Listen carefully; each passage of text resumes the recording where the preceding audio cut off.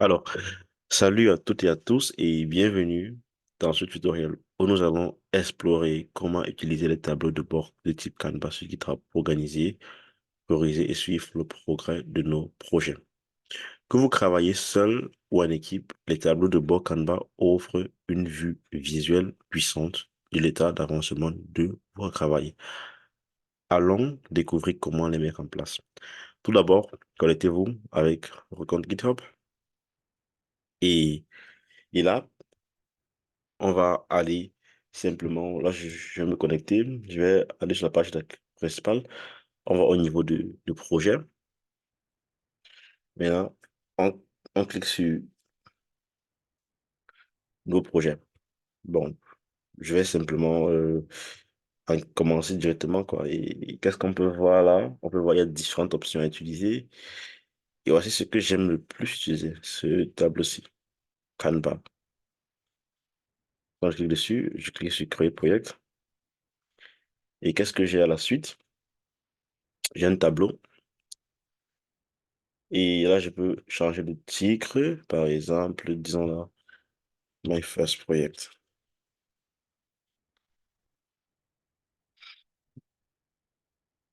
On peut aussi mettre une description et tout, mais on va d'abord laisser comme ça.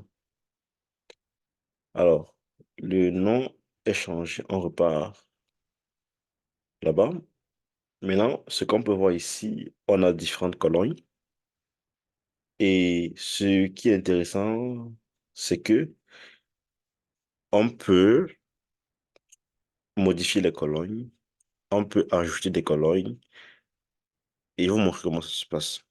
Généralement, moi, j'ai ici, on va modifier cette colonne-ci. Généralement, ici, j'ai par exemple le to-do. Et là, j'ai directement in progress ou bien, euh, mettons ici in progress. Bon, je pense qu'on a déjà in progress. Voyons voir. OK, on a in progress. Bon, supprimons cette colonne ici. Delete. Après, par exemple, j'ai in review. Et down, on va créer une autre colonne parce que j'aime aussi directement, lorsque je développe, pour les programmeurs, là, on va souvent peut-être in PR. PR, ça veut dire pull request, car c'est aussi important de, maintenant on peut modifier comme ça, dans in review, lorsque le code est review, lorsqu'on a fait un review du code, on met une PR, après on pousse ça down. Donc généralement, voici ce que j'ai souvent. Maintenant, pour ajouter des items, les items sont un peu comme des issues. Soit on peut créer un item et le transformer en issue, ou bien on peut directement aussi importer un item d'un repository. Donc, si on écrit ce symbole-ci, on va choisir le repository qui est là et on peut très bien voir, on nous propose directement des items. Ajoutons par exemple celui-ci, on va très bien. Là, on a notre item et ajoutons celui-ci. On peut très bien voir, OK, tout est là sur notre board. Je recommence.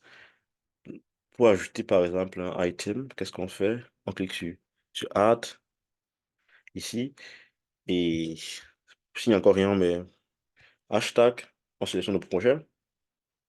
Et maintenant, là, on essaie maintenant de sélectionner le issue, quoi. Soit on crée directement un nouveau issue, soit on sélectionne l'issue qu'on a déjà créé.